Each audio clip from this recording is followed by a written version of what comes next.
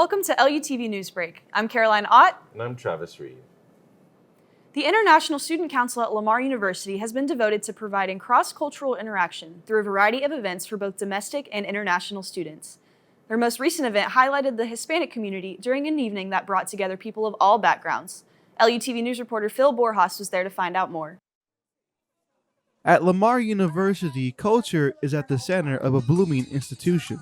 I think that the most important thing about celebrating culture is that we can all make everybody feel included in a space where we can all feel safe. The International Student Council puts on events such as Noche Latina that blends together cultures for one special evening.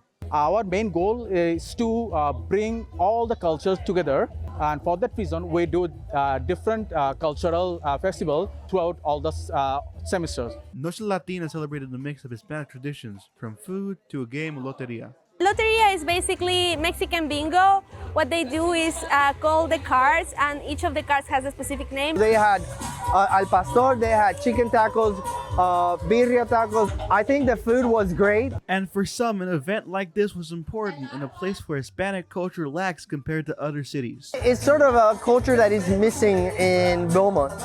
And I think this space, it creates the change in the most essential people that will change the culture in the future. One of the most important things my parents taught me was family, familia. Events like this prove that here at Lamar we are indeed one big family. To learn new thing about new culture is the main interesting part of my life journey. Phil Borjas, LUTV News, The Patio. Lamar University is celebrating the 20th anniversary of the Dean of the College of Fine Arts and Communications, Dr. Golden Wright. The celebration of this milestone is a 20th anniversary dance concert, a milestone that highlights student talent and supports future dance scholarships. LUTV News reporter Chris Love sat down with the Dean to hear more about his time at Lamar.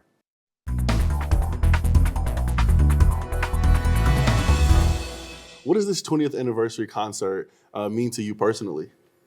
Well, it means a lot of things. One, it's getting an opportunity to interact with alumni, having them back. There's a number of alumni that are involved in the concert. I think there's 19 of them.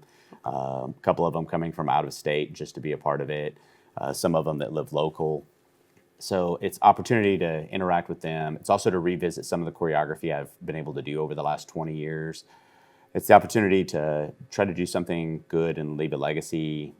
So after we leave, my wife and I have talked about it. You know, we're creating this scholarship, and so by doing this dance concert, all the proceeds will go towards a dance scholarship that will continue to help students down the road. Wow. So there's been a number of things that which I was really passionate about, and that I felt a calling to do, and it's been amazing putting it together. Awesome.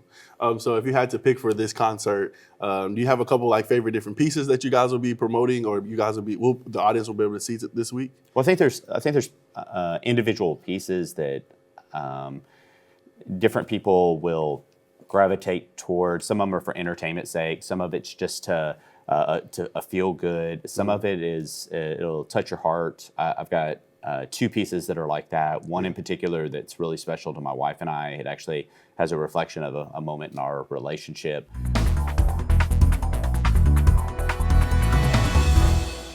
The concert will be held May 1st and 2nd at 7:30 p.m.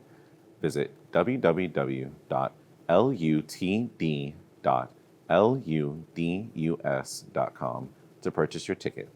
You can also check out the full interview on LUTV News and Media online on YouTube.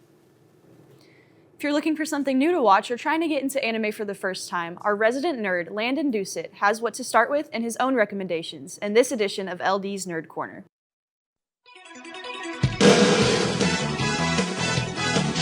Welcome to LD's Nerd Corner, where we cover every corner of entertainment, gaming, and media. I am Landon Doucet. Today, I want to do something different. And with anime becoming more and more mainstream in the last decade, some people are trying to jump in but might not know what to watch. So for this segment of the Nerd Corner, I want to give you all a few recommendations for some of the most popular genres, that being action and romance. Plus, I will give a couple of my own personal recommendations.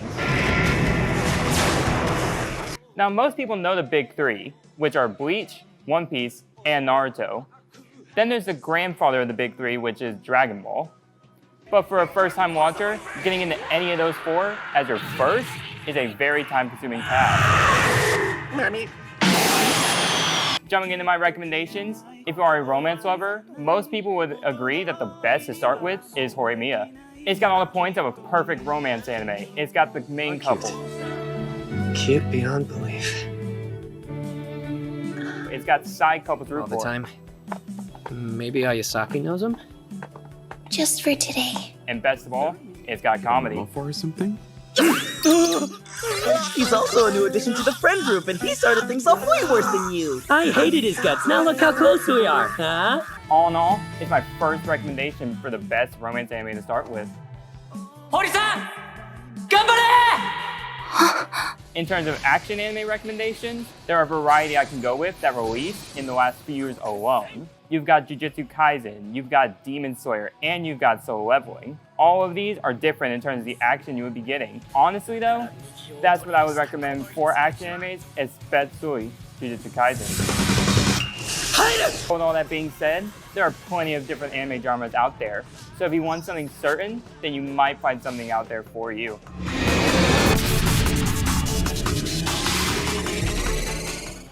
With that being said, that's going to do it for this edition of LD's Nerd Corner, where we cover every corner of entertainment, gaming, and media. I am Landon Doucette.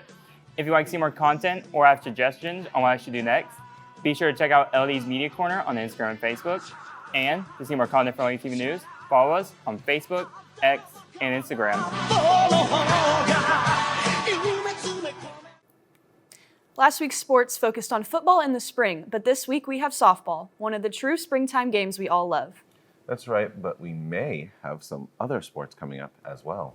What do you think, Cam? Oh, yeah, absolutely. No doubt a lot to celebrate going on in Southeast Texas, but we are going to start with softball because playoffs are right around the corner. And for teams all around Southeast Texas, well, we got them gearing up for the toughest games of the year. One of those schools is Orangefield, who dominated their way through the regular season and will now hope to make a run all the way to the state championship game. Orangefield softball has had one of the best seasons in the state, 32-1 overall, with an undefeated run in district play. We've always strived to have the best wins as possible, and seeing all that come to life, especially my last year being here, has really been a true blessing. But those wins don't come easy. To beat nearly every one of your opponents throughout an entire season, you have to play at a high level every game, something the Lady Bobcats haven't had a problem doing. What I'm most proud of with this team is just their consistency, offensively, on the mound, and defensively. And if there's one facet of the game that is kind of struggling in a game, the other one picks up that slack. So I think with an overall record of 32-1, I do think that proves that we've just been consistent throughout the season. Consistency comes with time, so veteran leadership is a must for any successful program. And this Bobcat team has no shortage of senior talent.